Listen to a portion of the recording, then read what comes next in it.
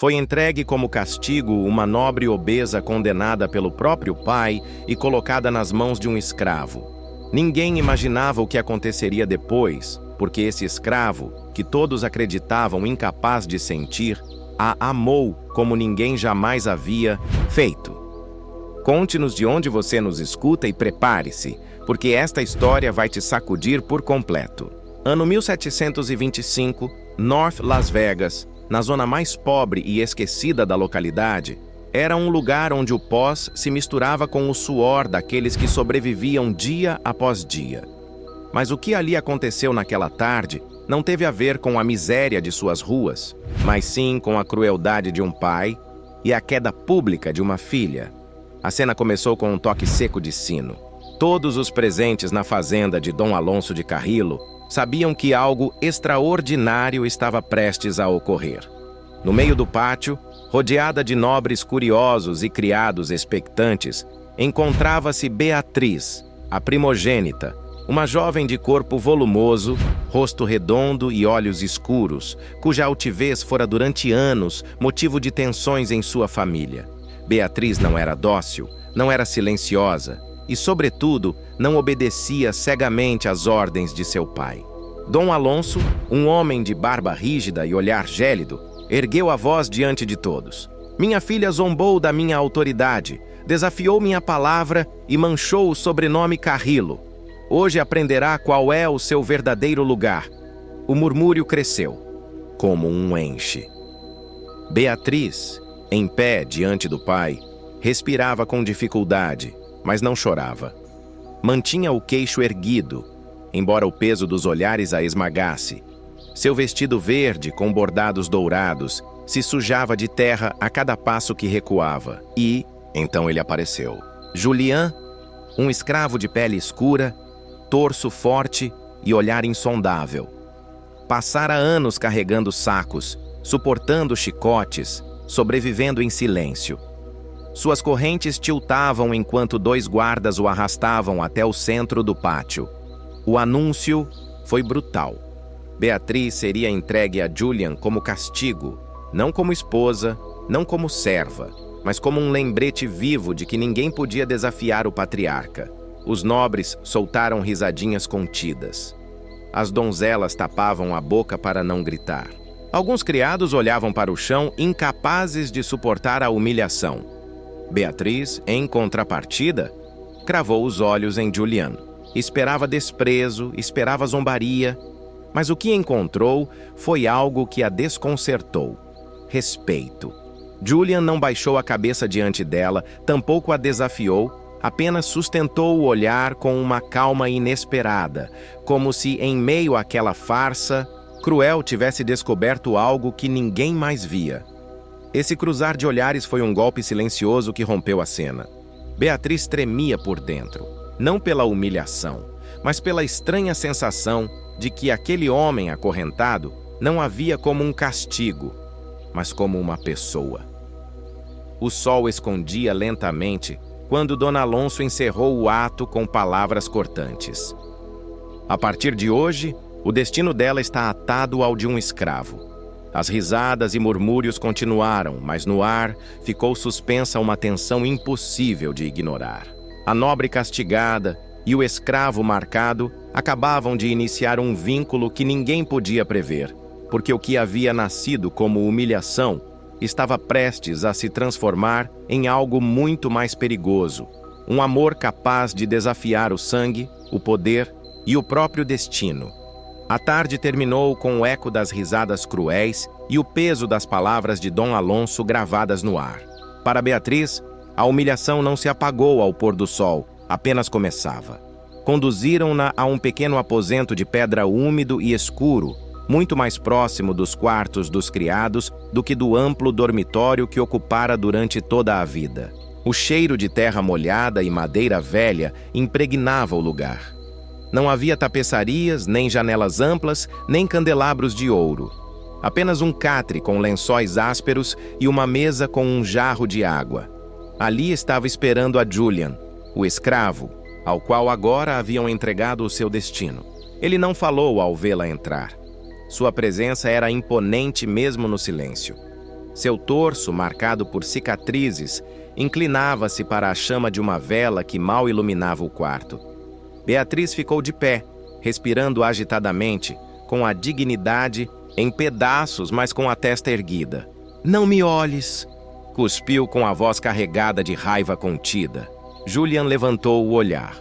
Seus olhos eram profundos, tranquilos, quase impossíveis de decifrar. "Não há olho como os demais", respondeu com voz baixa e firme. Essas palavras foram um golpe inesperado. Beatriz sentiu como a couraça de orgulho que mantivera durante todo o dia se rachava. Quis replicar, mas sua garganta se fechou. Em vez de falar, deixou-se cair sobre o catre com um peso de cansaço que nunca havia sentido. O silêncio tornou-se insuportável. Do lado de fora, os grilos cantavam e o vento batia nas madeiras soltas da fazenda. Dentro, apenas se ouvia a respiração de ambos. Julian rompeu a quietude ao colocar um pedaço de pão sobre a mesa. "Coma, não adianta resistir de estômago vazio." Beatriz virou o rosto com desdém. "Acreditas que aceitarei a tua compaixão?" Julian não insistiu. Voltou a sentar-se no chão, apoiando as costas contra a parede. Seu silêncio era diferente do dos outros escravos. Não era submisso, não era vazio. Era um silêncio firme, cheio de uma dignidade que desarmava. Os minutos passaram. A fome e o cansaço foram mais fortes que o orgulho. Beatriz pegou o pão e o mordeu sem olhá-lo. Seu corpo tremia, mas não quis que ele notasse. Foi então que a vela chisporroteou e quase se apagou. O frio da noite entrou com força no quarto. Beatriz estremeceu, apertando os braços contra o peito. Julian a observou indeciso, como se travasse uma batalha consigo mesmo. Finalmente pegou a manta que usara e a colocou suavemente sobre os ombros dela. Beatriz se enrijeceu, pronta para afastá-la, mas não o fez. O calor daquela manta áspera, carregada do cheiro de terra e suor, foi mais reconfortante do que quis admitir. E o mais surpreendente era a forma como Julião o havia feito. Sem pena, sem imposição, apenas com respeito. Ela o olhou pela primeira vez de verdade. Viu as marcas em sua pele, as cicatrizes de um homem que havia sofrido em silêncio mais do que podia imaginar. E naqueles olhos tranquilos, percebeu algo que jamais esperara: humanidade. O silêncio voltou a cair, mas já não era o mesmo. Agora estava carregado de perguntas sem respostas, de emoções que nenhum dos dois ousava nomear. Naquela noite, não dormiram. Beatriz repassava em sua mente as palavras do pai, as risadas dos nobres, o peso do destino imposto. E Julian permanecia acordado, observando a chama da vela, sabendo que algo havia mudado. A jovem que lhe haviam entregue como castigo não era uma vítima qualquer. Era uma mulher cujo fogo podia arder mais forte do que as correntes que os uniam. Quando a madrugada começou a atingir de azul as frestas da janela, ambos ainda estavam em silêncio. Mas entre eles, invisível ainda, traçara-se um vínculo novo, não de amor, não de confiança, não ainda, mas de reconhecimento. Dois seres distintos, unidos pela injustiça, presos a um destino que ninguém mais compreenderia. E, no entanto, nos corredores da fazenda, passos furtivos já se deslizavam. Nem todos estavam dispostos a deixar que esse vínculo crescesse. O amanhecer em North Las Vegas, naquele ano de 1725, não trouxe alívio. O ar era frio e denso, como se as paredes da fazenda soubessem que algo estava prestes a romper-se. Beatriz acordou com os olhos ardendo, não conciliara o sono, e a manta que Julian deixara sobre seus ombros ainda a envolvia como um incômodo lembrete de um gesto impossível de rejeitar. Mas naquela manhã, antes mesmo que a rotina da casa começasse, uma batida discreta na porta o sobressaltou. Julian se levantou de imediato com o corpo tenso, como um animal que presente a armadilha. Beatriz, ainda com o coração descompassado, assentiu para que ele abrisse. A porta entreabriu-se e deixou passar Domingo.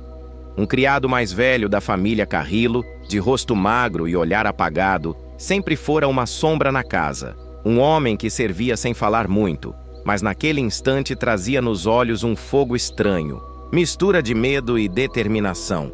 Senhorita Beatriz, sussurrou baixando a voz até quase um murmúrio. Não posso ficar calado mais. O que lhe fizeram ontem não foi apenas um castigo, foi uma armadilha. Beatriz ergueu-se como se um relâmpago a tivesse atravessado.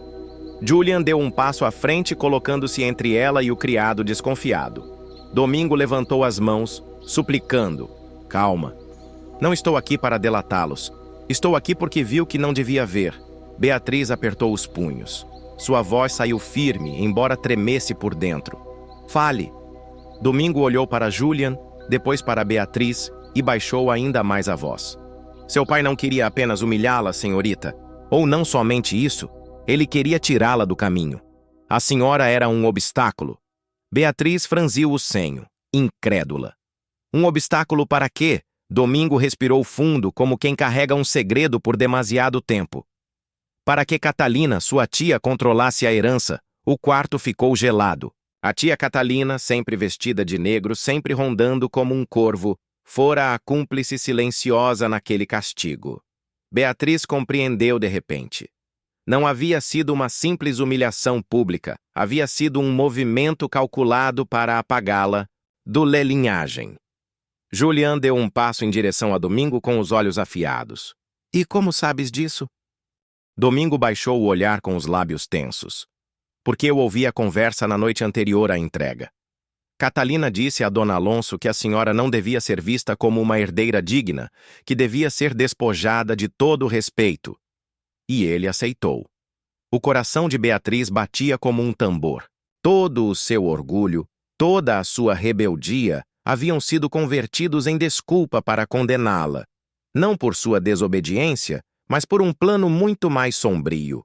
Sua própria família havia sacrificado para preservar o poder. As lágrimas ameaçaram cair, mas ela se conteve. Não queria que Domingo nem Julian a vissem quebrar-se. Por que me dizes isso agora? Perguntou com a voz dura. Domingo engoliu em seco. Porque servia a sua mãe, Dona Isabel, antes de sua morte. E isto que vejo agora é a mesma história repetindo-se. Beatriz sentiu o sangue gelar-lhe nas veias. Sua mãe, a mulher cuja ausência marcara toda a sua vida, a que sempre fora envolta em silêncio. Julian observava em silêncio com o senho franzido. Havia algo em seu olhar que parecia saber mais do que dizia. Domingo deu um passo atrás, nervoso. Não posso ficar mais. Se souberem que falei, minha vida não valerá nada. Mas, senhorita, confie no escravo. Embora a senhora o veja como uma corrente, ele não está aqui por acaso. E, sem esperar resposta, desapareceu pelo corredor, deixando atrás de si um silêncio, carregado de eletricidade. Beatriz virou-se para Julian com os olhos em chamas. O que ele quis dizer? Perguntou quase num grito sufocado. O que significa que não estás aqui por acaso? Julian sustentou-lhe o olhar, mas permaneceu em silêncio. Seu rosto era uma máscara impenetrável. Esse silêncio foi pior que qualquer palavra. Beatriz compreendeu naquele instante que o homem a quem haviam entregue como castigo sabia mais do que admitia e que sua mãe, a herança, seu próprio lugar no mundo, estavam entrelaçados com ele. A vela sobre a mesa vacilou e se apagou. A escuridão envolveu o aposento. E nessa escuridão, Beatriz sentiu que não estava acorrentada apenas pelo pai, mas também pelos segredos de Julian. A porta se fechara após Domingo, mas suas palavras continuavam flutuando no ar como fumaça, espessa. Beatriz ficou imóvel, com o peito agitado e as mãos crispadas, observando a penumbra devorar a vela que mal resistia. O eco da traição de seu pai e a sombra de Catalina pesavam como um jugo. Mas o que mais a queimava era a última coisa que ouvira. Confie no escravo. Ele não está aqui por acaso. Virou-se bruscamente para Julian, que permanecia encostado à parede de braços cruzados, como se nada daquilo o surpreendesse. Seu rosto era uma máscara de calma, mas seus olhos escuros brilhavam com um segredo que se recusava a entregar. Beatriz avançou em direção a ele com passos firmes até ficarem frente a frente. Sua voz saiu quebrada, mas cheia de raiva contida. Diz-me o que isso significa. Diz-me por estás aqui e não me mintas. Julian não se moveu. Seu silêncio era como uma adaga invisível. Fala! Exigiu Beatriz, batendo na mesa com a palma aberta. Já me arrancaram tudo. Meu nome, minha dignidade, minha herança. Não suportarei também os teus silêncios. O ar se tensionou. Julian respirou fundo, baixou o olhar por um instante e depois o sustentou novamente. Sua voz, quando saiu, era grave, lenta, carregada de um peso que parecia arrastar anos de dor. Eu conheci tua mãe. O coração de Beatriz parou. O nome de sua mãe, sempre enterrado sob camadas de silêncio e rumores, surgiu de repente como um relâmpago. O quê? Sussurrou tremendo. Julian deu um passo em sua direção. Suas palavras cravavam-se como agulhas. Ela me salvou. Quando cheguei a esta casa, marcado pelo comércio de escravos, ia ser vendido em segredo. Teu pai já tinha feito o trato, mas tua mãe descobriu. Foi ela quem me escondeu, quem me deu pão e água, quem falou comigo como se eu fosse mais que uma mercadoria. Beatriz sentiu as pernas fraquejarem e agarrou-se à beira da mesa, tentando se sustentar. Por quê? Por que nunca me disseram? Julian apertou a mandíbula. Porque tua mãe morreu por isso. Porque se atreveu a ver o que outros queriam ocultar. O silêncio foi insuportável. Beatriz o olhava com lágrimas ardendo nos olhos, tentando assimilar que aquele homem acorrentado havia compartilhado uma intimidade com sua mãe que a ela fora negada. De repente, a raiva explodiu. Empurrou-o com ambas as mãos contra a parede, cravando os olhos nele como punhais. E tu calaste todo este tempo? Viste-me sofrer naquela humilhação? Viste-me cair na vergonha e não disseste nada? Julian não se defendeu do empurrão. Suas costas bateram na pedra, mas ele não desviou o olhar. Porque não era o momento. Porque se eu dissesse, te destruíam como a ela. A respiração de Beatriz era um turbilhão. Sua testa ficou a poucos centímetros da dele. Suas mãos tremiam sobre o peito dele, sentindo a dureza de seu corpo, a tensão de alguém que havia vivido acorrentado, mas nunca derrotado. Nesse instante, a raiva se misturou com outra coisa, algo que ardia no mais profundo. O reconhecimento de que aquele homem, posto como seu carrasco, a estava protegendo desde o silêncio. A voz de Beatriz se quebrou. Então me diz, por que me respeitas? Todos me veem como um castigo, como uma zombaria. E tu? Julian baixou a voz até transformá-la num sussurro áspero. Porque em ti vejo a mesma força que vi nela. Porque não baixas a cabeça, mesmo que queiram quebrar-te, o mundo pareceu parar. Beatriz, que vivera entre zombarias e desprezo, ouvia pela primeira vez palavras que não a reduziam a um peso, nem a uma humilhação. E essas palavras vinham do único homem que nunca teria imaginado. O silêncio que se seguiu foi diferente. Não de inimizade, não de raiva, mas de uma tensão perigosa, carregada de algo proibido. Suas respirações se misturavam e, por um instante, ambos souberam que estavam à beira de um precipício do qual não haveria volta. Mas então, um golpe seco interrompeu o momento. A porta abriu-se de par em par e uma figura apareceu no umbral com o rosto transtornado. Era Catalina, a tia de Beatriz, com os olhos brilhando de suspeita. Ora, ora, murmurou com um sorriso venenoso. Que interessante o que encontro aqui. O coração de Beatriz parou. O segredo estava prestes a ser exposto, e o que Catalina havia visto naquela noite poderia transformar-se em sua condenação definitiva. O aposento estava mergulhado em penumbra quando Catalina de Carrillo, tia de Beatriz, avançou sem pedir permissão. Vestia, como sempre, de negro absoluto. Um luto eterno que nunca explicara. Seus lábios finos esboçavam um sorriso gelado e seus olhos, dois carvões acesos, cravaram-se na sobrinha com uma mistura de zombaria e triunfo. Que cena curiosa! Disse com voz suave, mas venenosa. Uma nobre e um escravo, frente a frente, em plena madrugada. O que diria teu pai se visse isto? Beatriz recuou um passo com o coração descompassado, mas não desviou o olhar. Julian manteve-se firme, meio passo à frente dela como um muro humano. Catalina percebeu o gesto e sorriu ainda mais. Ah, já entendo, sussurrou, passeando lentamente pelo quarto como uma serpente sondando o terreno. Dom Alonso te entregou como castigo, mas o castigo não resultou como esperava. Em vez de te quebrar, estás te unindo ao teu carcereiro. Beatriz apertou os punhos furiosa. O que queres, Catalina?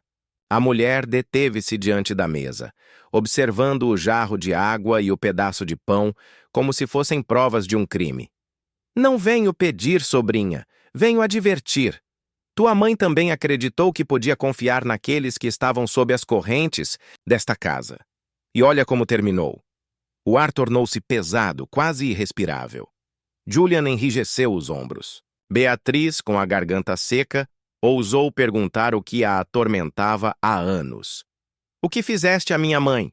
Catalina riu suavemente, um som tão fino que gelava o sangue. Eu não lhe fiz nada, querida. Foi teu pai quem deu a ordem. Eu simplesmente fui testemunha. A confissão golpeou como um martelo. Beatriz sentiu os joelhos dobrarem-se. Seu próprio pai, o homem que a criara em meio ao desprezo e à disciplina de ferro, havia sido quem condenou sua mãe. Por quê? Sussurrou com lágrimas ardendo nos olhos. Por que a matou? Catalina inclinou a cabeça com o mesmo deleite cruel de quem saboreia o veneno que destila. Porque ela descobriu o que não devia. Tua mãe encontrou os registros ocultos de Dom Alonso, os contratos ilegais, as vendas de escravos a mercadores, estrangeiros. Estava disposta a denunciá-lo à coroa. E sabes tão bem quanto eu que os homens desta casa jamais toleram a traição, nem mesmo de uma esposa. Beatriz levou as mãos ao rosto. As peças se encaixavam.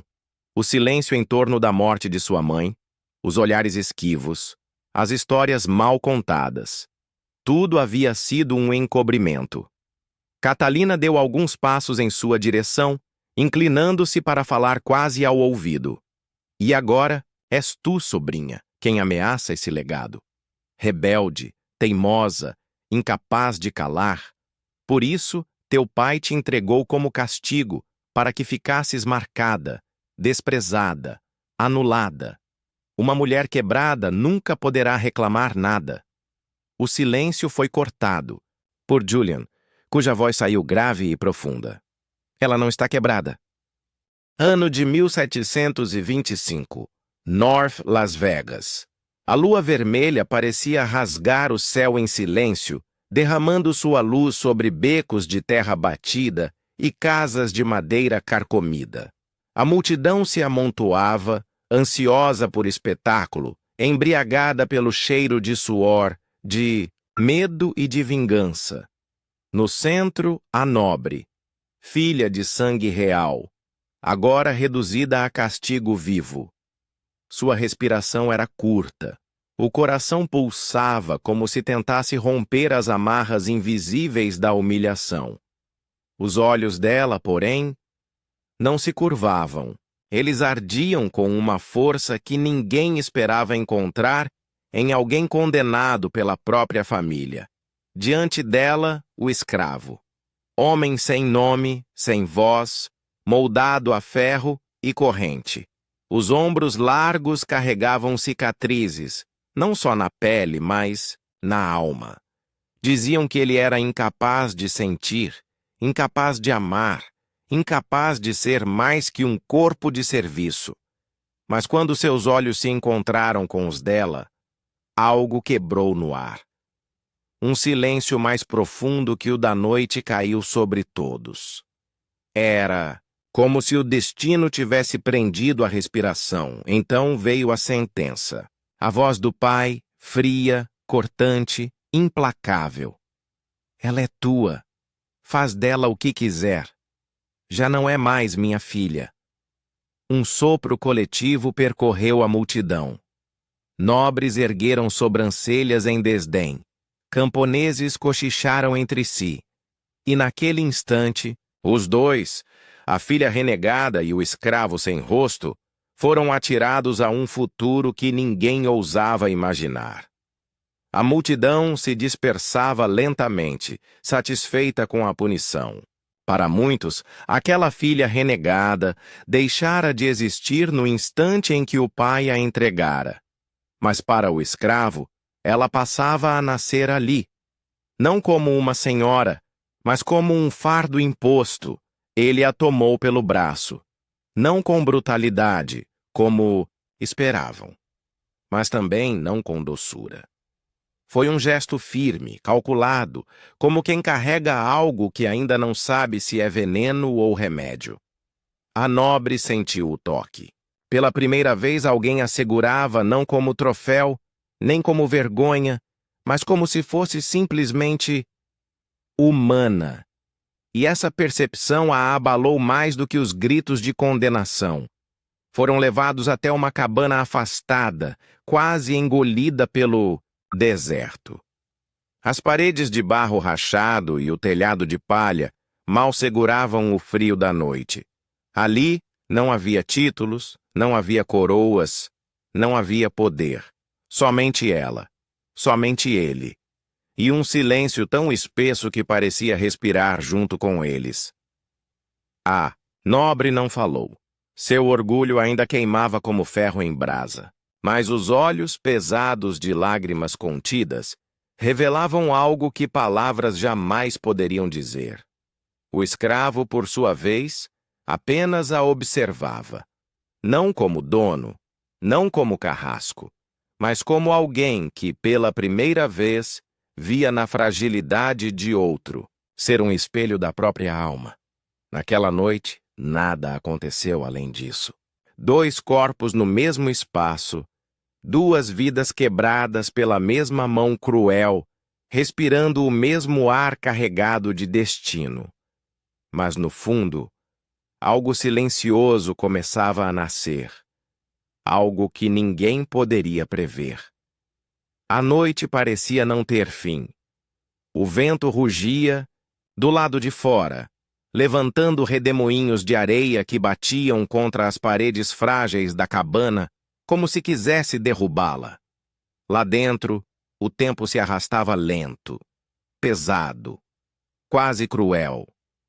A nobre mantinha-se ereta, mesmo cansada, o queixo erguido, como uma bandeira de orgulho diante da derrota. O escravo, sentado num canto, permanecia em silêncio absoluto, apenas observando. Era como se dois mundos, tão distantes quanto o céu e a terra, tivessem sido forçados a se encontrar naquele espaço apertado, sem testemunhas além da própria noite. Ela quebrou o silêncio de novo, mas agora sua voz soava menos como um ataque e mais como um desabafo. Meu pai sempre foi assim. Para ele, eu nunca fui filha. Sempre fui peso.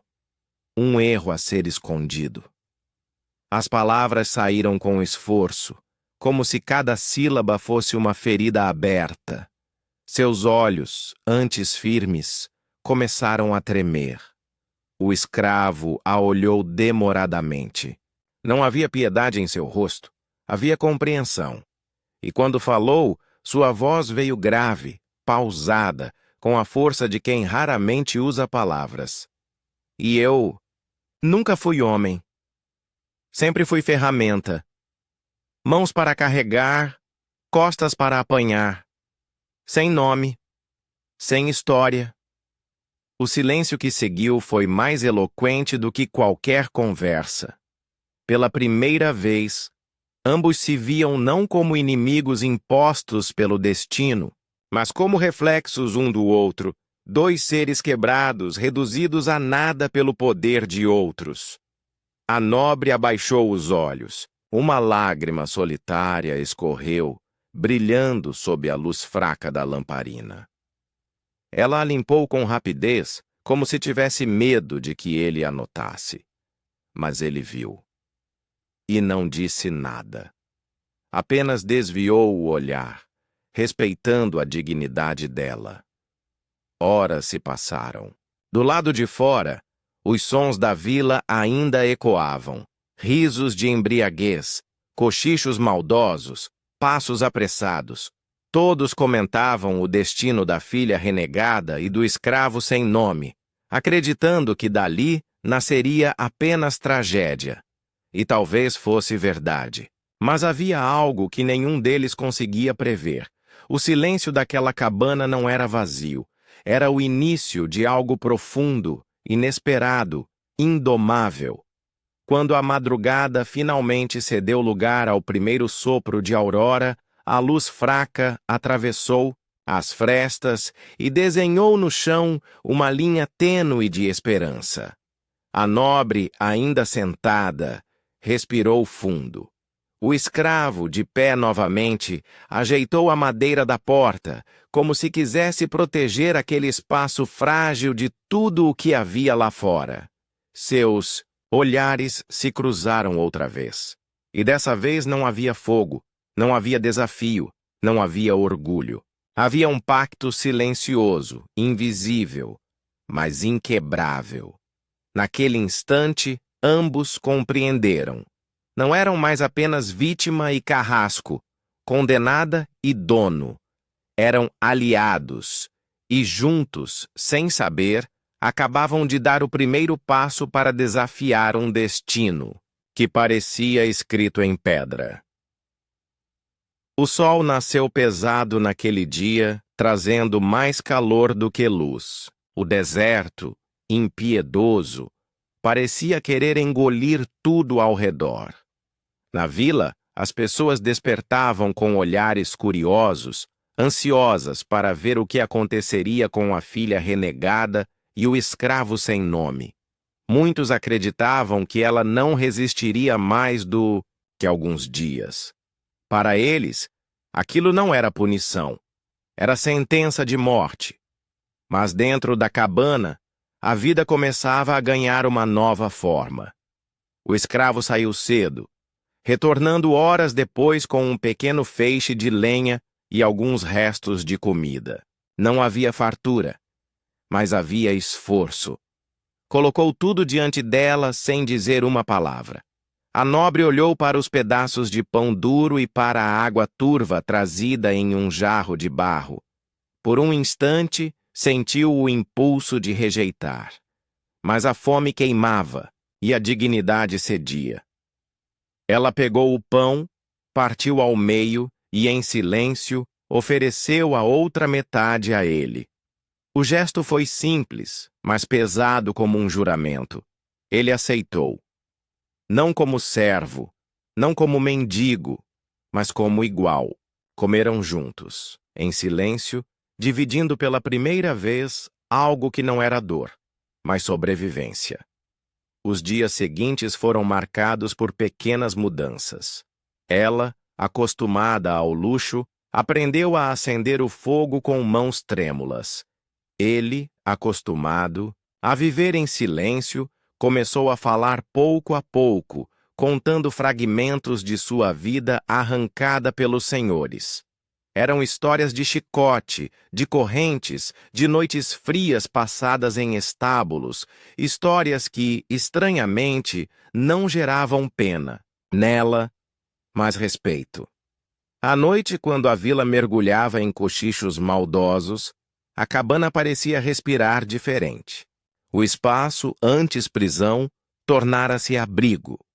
E entre olhares longos e palavras contidas, algo novo brotava, não de desejo imediato, mas de uma lenta descoberta. Certa noite, porém, tudo mudou. A porta da cabana foi arrombada com violência, e 3 homens da vila entraram rindo, bêbados, armados com facas. Vieram para zombar, para humilhar, para provar que aquela filha caída e aquele escravo condenado não passavam de nada. O primeiro homem segurou a nobre pelo braço, forçando-a contra a parede, enquanto os outros riam. Foi então que o escravo se ergueu. Seus olhos, até então silenciosos, se encheram de fúria. Ele agarrou o invasor pelo pescoço com uma força brutal, jogando-o contra a mesa de madeira que se partiu ao meio. O segundo avançou com a faca, mas foi contido com um golpe seco que o deixou inconsciente no chão. O terceiro, aterrorizado, fugiu antes que pudesse sofrer o mesmo destino. O silêncio voltou, mas dessa vez não era tenso. Era ensurdecedor. A nobre, ofegante, olhava para ele com um misto de medo e gratidão. Ele, respirando pesado, tinha o olhar fixo nela, como se pedisse desculpas sem palavras. Naquele instante, ela percebeu. Aquele escravo não era apenas um homem quebrado pelo mundo. Ele era fogo contido, força reprimida, e agora era também seu guardião. E pela primeira vez, ela não o viu como imposição. Ela o viu como escolha.